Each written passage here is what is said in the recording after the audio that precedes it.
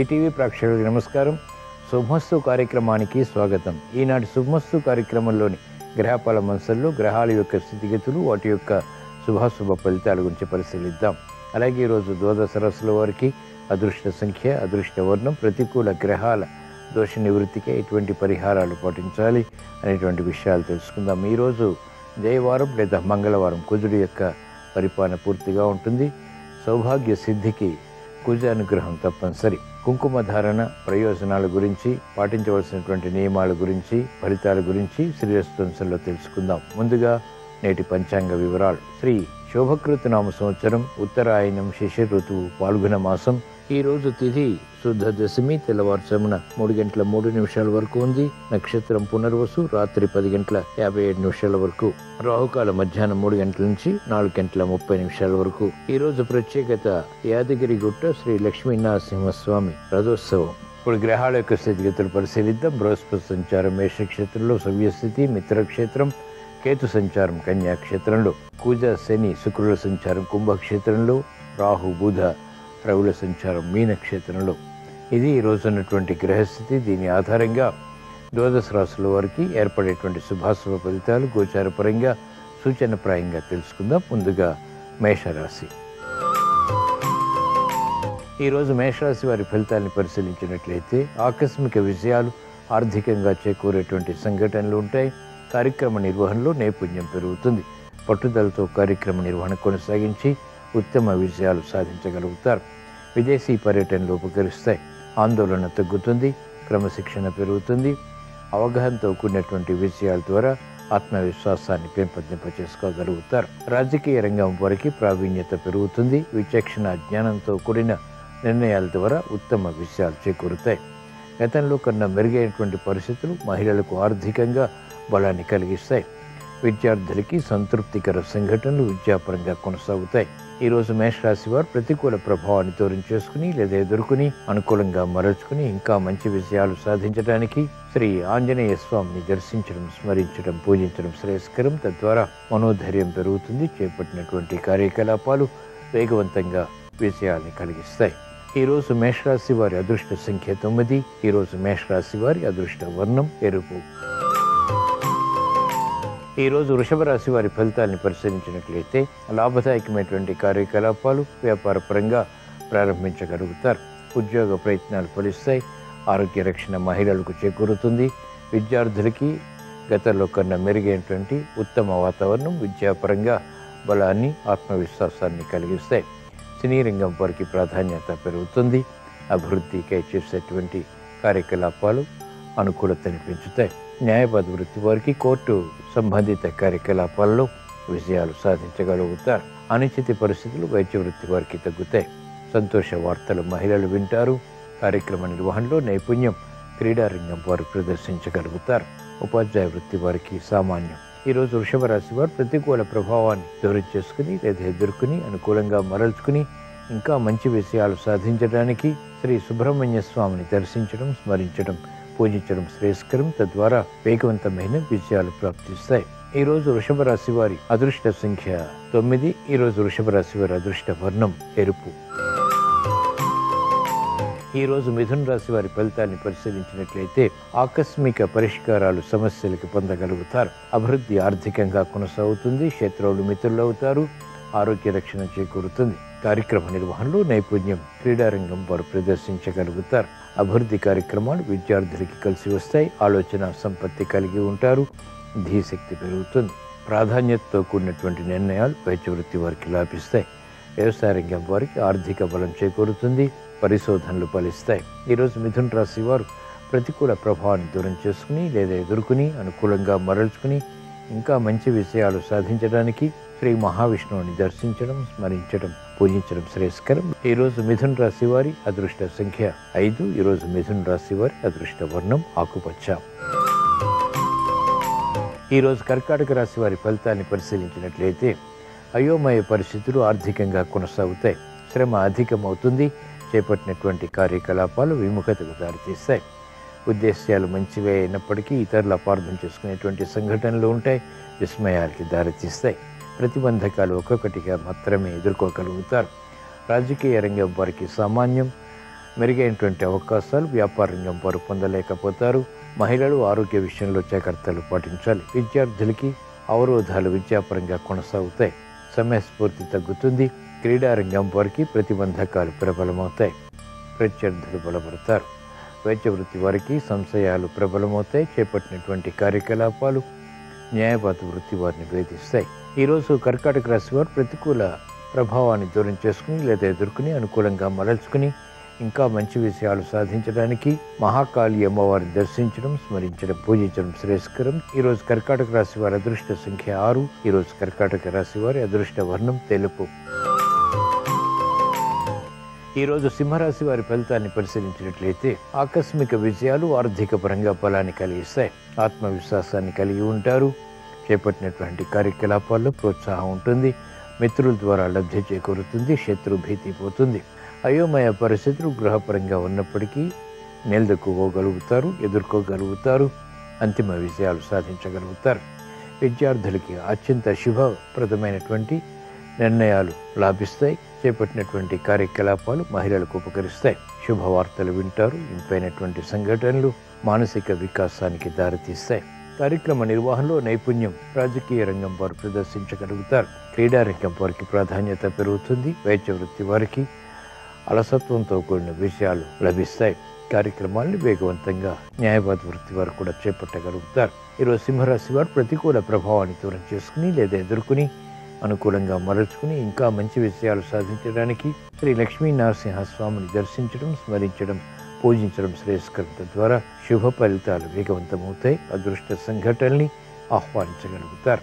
ఈరోజు సింహరాశి వారి అదృష్ట సంఖ్య 1. ఈరోజు సింహరాశి వారి అదృష్ట వర్ణం ఎరుపు. ఈరోజు కన్యారాశి వారి ఫలితాన్ని పరిశీలించినట్లయితే లాభదాయకమైనటువంటి కార్యకలాపాలు ప్రారంభించగలుగుతారు. అవమానకర సంఘటనలు ఉంటాయి. అవరోధాలని వృత్తి, వ్యాపార, ఉద్యోగ సంబంధిత కార్యకలాపాల్లో ఎదుర్కోవాల్సి వస్తుంది. ప్రశాంత పరిస్థితులు తగ్గినప్పటికీ ఆసక్తికరమైనటువంటి ప్రయత్నాల ద్వారా అంతిమ విషయాలు సాధించగలుగుతారు. ఆరోగ్య విషయంలో చిరు సమస్యలు కొనసాగుతాయి. మహిళలకు ఆందోళన తగ్గుతుంది. పునః ప్రయత్నాలు లాభిస్తాయి.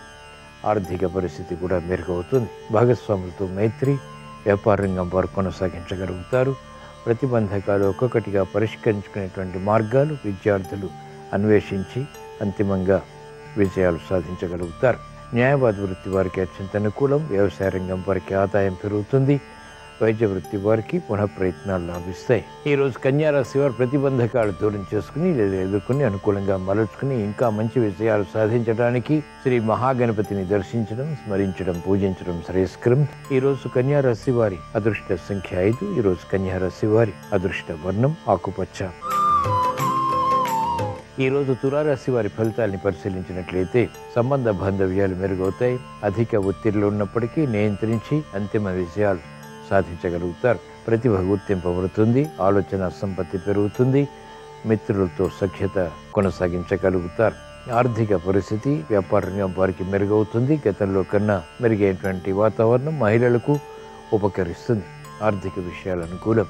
రాజకీయ రంగం వారికి ప్రాధాన్యత పెరుగుతుంది. సంబంధ బాంధవ్యాలు మెరుగవుతాయి. మహిళలు ప్రాధాన్యతతో కూడినటువంటి అనుకూలత ఆర్థిక పరంగా సాధించగలుగుతారు. విద్యార్థులకి అత్యంత అనుకూలం. శోభతో కూడినటువంటి కార్యక్రమ నిర్వహణ సినీ రంగం వారు కొనసాగించగలుగుతారు. వ్యవసాయ రంగం వారికి ఆర్థిక సంబంధిత లావాదేవీలు కలిసి వస్తాయి. రుణ ఒత్తిళ్లు తగ్గుతాయి. ఈరోజు తులారాశి వారు ప్రతికూల ప్రభావాన్ని దూరం చేసుకుని లేదా ఎదుర్కొని అనుకూలంగా మలర్చుకుని ఇంకా మంచి విషయాలు సాధించడానికి శ్రీ మహావిష్ణువుని దర్శించడం, స్మరించడం, పూజించడం శ్రేయస్కరం. విష్ణు సహస్రనామ పఠనం, శ్రవణం మేలుని కలిగిస్తుంది. ప్రతిబంధకాన్ని దూరం చేస్తుంది.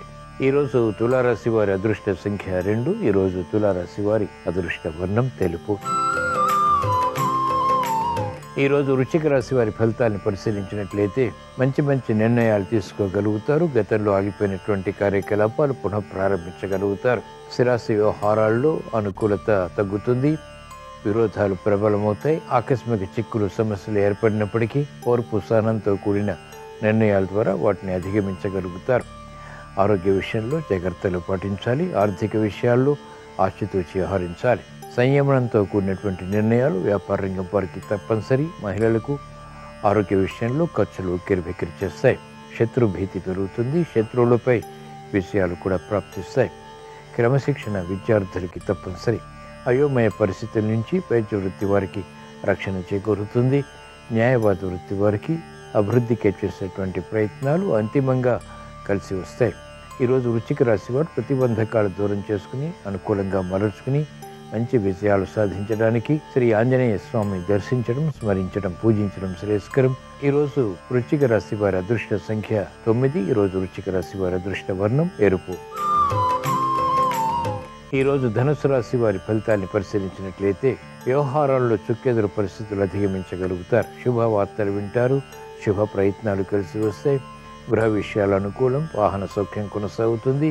నూతన ఆలోచన పద్ధతితో కార్యక్రమాలు చేపట్టి ఉత్తమ విజయాలు సాధించగలుగుతారు. గుర్తింపును పొందగలుగుతారు. అభివృద్ధి ఆర్థికంగా వ్యాపారంగం వారికి కలిసి వస్తుంది. విద్యార్థులకి అత్యంత అనుకూల కాలం. చేపట్టినటువంటి కార్యకలాపాలు మహిళలకు కలిసి వస్తాయి. ఆలోచన సంపత్తి కలిగి ఉంటారు. వివేకవంతమైనటువంటి నిర్ణయాల ద్వారా ఉత్తమ విషయాలు సాధించగలుగుతారు. ఆర్థిక రక్షణ వ్యవసాయ రంగం వారికి కొనసాగుతుంది. కార్యక్రమాల్లో వేగం వైద్య వృత్తి వారు కొనసాగించగలుగుతారు. పోటీతత్వంతో కూడినటువంటి కార్యక్రమాలు న్యాయవాద వృత్తి వారికి లాభిస్తాయి. కోర్టు సంబంధిత కార్యక్రమాల్లో విజయాలు చేకూరుతాయి. ప్రశాంతతని పొందగలుగుతారు. ఈరోజు ధనుసు రాశి వారు ప్రతికూల ప్రభావాన్ని దూరం చేసుకుని లేదా ఎదుర్కొని అనుకూలంగా మరల్చుకుని ఇంకా మంచి విజయాలు సాధించడానికి శ్రీ వెంకటేశ్వర స్వామిని దర్శించడం, స్మరించడం, పూజించడం శ్రేయస్కరం. తద్వారా శుభ పరిణామాన్ని ఆహ్వానించగలుగుతారు. ప్రశాంతత పెరుగుతుంది. క్లిష్ట సమస్యలు పరిష్కరింపబడతాయి. ఈరోజు ధనుస్సు రాశి వారి అదృష్ట సంఖ్య 2. ఈరోజు ధనుస్సు రాశి వారి అదృష్ట వర్ణం తెలుపు. ఈరోజు మకర రాశి వారి ఫలితాన్ని పరిశీలించినట్లయితే ఆందోళనకర పరిస్థితులు క్రమక్రమంగా నియంత్రించగలుగుతారు. ఆర్థిక సంబంధిత లావాదేవీల విషయంలో ఆచితూచి వ్యవహరించాలి.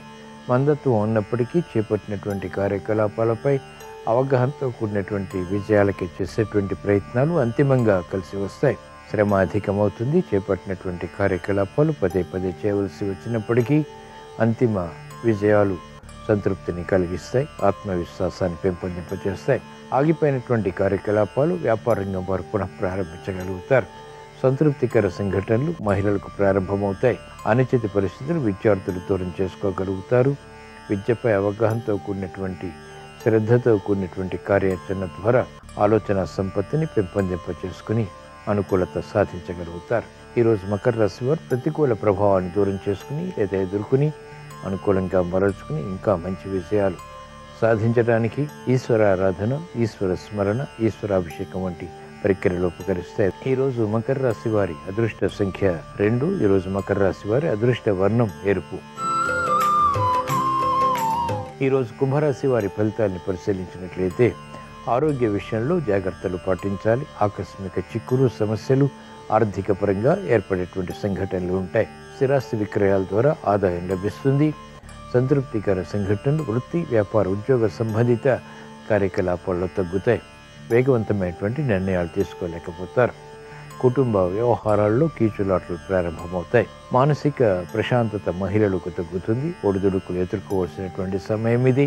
విమర్శలకి గురైనటువంటి సంఘటనలు వేధిస్తాయి. కార్యక్రమ నిర్వహణలో నైపుణ్యం వ్యాపారం వారికి తగ్గుతుంది. ప్రత్యర్థులు బలపడతారు. పోటీ పెరుగుతుంది. తద్వారా ఆర్థిక విషయాల్లో అలజడి ప్రారంభమవుతుంది. క్రమశిక్షణతో కూడినటువంటి నిర్ణయాలు విద్యార్థులకి తప్పనిసరి. శ్రమతో కూడినటువంటి కార్యక్రమ నిర్వహణ తద్వారా విజయాలు సినీ రంగం వారికి మెల్లమెల్లగా కలిసి వస్తాయి. ఈరోజు కుంభరాశి వారు ప్రతికూల ప్రభావాన్ని దూరం చేసుకుని లేదా ఎదుర్కొని అనుకూలంగా మరల్చుకుని ఇంకా మంచి విజయాలు సాధించడానికి శ్రీ మహావిష్ణువుని దర్శించడం, స్మరించడం, పూజించడం శ్రేయస్కరం.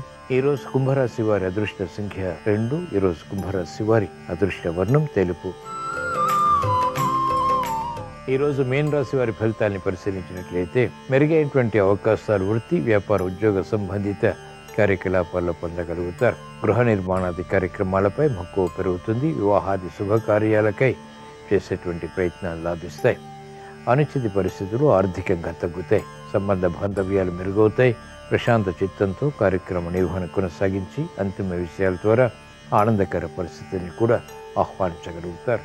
మహిళలు ఆరోగ్య విషయంలో ఆకస్మిక చిక్కులు ఎదుర్కోవాల్సి వస్తుంది.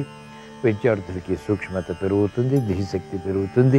ఏకాగ్రత పెరుగుతుంది. మంచి అవకాశాలు వ్యాపార రంగం వారు ఆర్థికంగా పొందగలుగుతారు. భాగస్వాములతో మైత్రి కొనసాగించగలుగుతారు. శాస్త్రజ్ఞులకి అత్యంత అనుకూలం. ఈరోజు మీన రాశి వారు ప్రతికూల ప్రభావాన్ని దూరం చేసుకుని లేదా ఎదుర్కొని అనుకూలంగా మరల్చుకుని ఇంకా మంచి విషయాలు సాధించడానికి శ్రీ ఆంజనేయ స్వామిని దర్శించడం, స్మరించడం, పూజించడం శ్రేయస్కరం. ఈరోజు మీనరాశి వారి అదృష్ట సంఖ్య 3. ఈరోజు మీన రాశి వారి అదృష్ట వర్ణం తెలుపు. ఇవి ఈరోజు ద్వాదశ రాశుల వారికి ఏర్పడేటువంటి శుభాశుభ ఫలితాలు. ద్వాదశ రాశుల వారికి ధైర్యంతో కూడినటువంటి కార్యక్రమాల ద్వారా విజయాలు పొందాలని, సాహసోపేతమైనటువంటి కార్యక్రమాలు తద్వారా ఆనందకర పరిస్థితులు చేకూరాలని, స్థిరాస్తి విషయాలు అనుకూలించాలని, గృహ విషయాలు లాభించాలని, వాహన సౌఖ్యంతో కూడినటువంటి కార్యక్రమాలు అభివృద్ధికి నోచుకోవాలని మంగళవారం సందర్భంగా శ్రీ ఆంజనేయ స్వామిని, శ్రీ సుబ్రహ్మణ్య స్వామిని, మహాకాళి అమ్మవారిని స్మరిస్తూ ప్రార్థిస్తూ స్వస్తి. శ్రీరస్తు శుభమస్తు.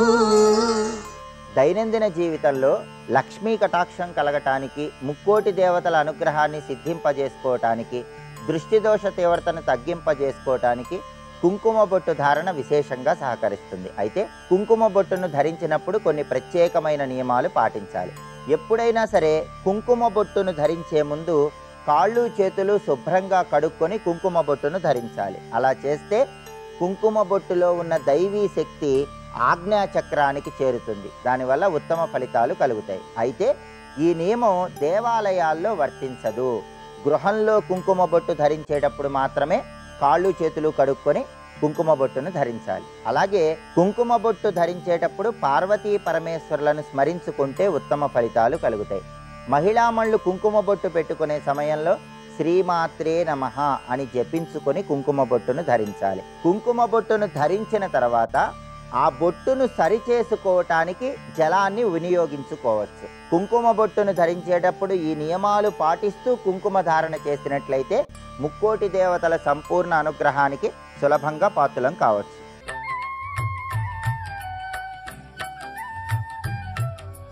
దినకరా శుభకరా దేవా దీనాహార తిమిర సంహార దినకరా శుభకరా. ఆమె ఆ సంజ్ఞాదేవి తన ఛాయని చూసింది ఒకసారి, తన నీడనే చూసి ఛాయాదేవిని తన స్థానంలో ఉంచి ఆమె బడబా రూపం, ఆమె ఒక హయ రూపాన్ని పొంది ఉత్తర కురు దేశముల యందు తిరుగుతూ తపస్సు చేస్తాం. ఈ ఛాయాదేవి సూర్యనారాయణమూర్తితో ఉన్న కారణం చేత ఆమెకి కుమారుడు కలిగారు. ఆమెకి కలిగినటువంటి మొదటి కుమారుడు శనీశ్వరుడు. శనీశ్వరుడు అనకూడదు, గ్రహములకు ఈశ్వరత్వం లేదు. గ్రహనాయకుడైన సూర్యుడు పరబ్రహ్మ. గ్రహములకు ఈశ్వరత్వం ఉండదు. గ్రహములు ఈశ్వరుడి చేత ఆదేశింపబడతాయి. అందుకే గ్రహములు తమంత తాముగా ఫలితాలు ఇవ్వలేవు. ఈశ్వరుడు ఇలా చూపించాడనుకోండి, వేలు ఆగిపోవలసిందే. అందుకే శ్రీకాళహస్తిలో శివుడు నవగ్రహ కవచం కట్టుకుంటాడు. అంటే ఆయనకి అది కవచం, అదొక ఆభరణం. అందుకే శివుణ్ణి నమ్ముకున్న వాడిని గ్రహాలు ఏం చేస్తాయిరా అంటుంటారు. అటువంటి నవగ్రహములలో ఒకటి శనైశ్చరుడు. శనైశ్చరుడు అంటే శనైహి శనైహి చరహ. ఆయన మిగిలిన గ్రహాల్లో వెళ్ళడు, మిల్లిగా మిల్లిగా వెళతాడు. అందుకే ఏలినాటి శని వచ్చింది అనుకోండి, అక్కర్లేని అల్లర్లన్నీ వస్తాయి. మెల్లగా మెల్లగా నడుస్తాడు. కాబట్టి శనైశ్చరుడు తప్ప శనీశ్వరుడు కాడు. ఆయన ఛాయాదేవి ఎందు పుట్టాడు. అలాగే ఆవిడకే తపతి అనబడేటటువంటి ఒక నదీ స్వరూపం ఆడపిల్ల పుట్టింది. ఆవిడకే సావర్ణి అనబడేటటువంటి వేరొక కుమారుడు జన్మించాడు. కొన్నాళ్లకి గమనించాడు సూర్యనారాయణమూర్తి. అది కూడా ఎందుకు గమనించాడు అంటే, యమధర్మరాజు వెళ్ళి చెప్పాడు, అమ్మ మమ్మల్ని ఎందుకో తేడాగా చూస్తోంది, ఆ పిల్లల్ని చూసినట్టు మమ్మల్ని చూడటం లేదన్నాడు. అనుమానం వచ్చింది సూర్యుడికి. అనుమానం వచ్చి ఛాయాదేవిని అడిగాడు. అప్పుడు ఆవిడ చెప్పింది, సంజ్ఞాదేవి హయరూపంలో వెళ్ళిపోయింది. భార్య యందు ప్రేమతో తాను కూడా హయరూపమెత్తి వెళ్ళాడు. అశ్వినీ దేవతలు పుట్టారు. ఆ అశ్వినీ దేవతలే దేవవైద్యులయ్యారు. దేవతలకి కూడా వాళ్లే వైద్యులు. ఒకప్పుడు శంకర భగవత్పాదులకి భంగధర వ్యాధి వస్తే అశ్వినీ దేవతలు వచ్చి వైద్యం చేయబోయారు.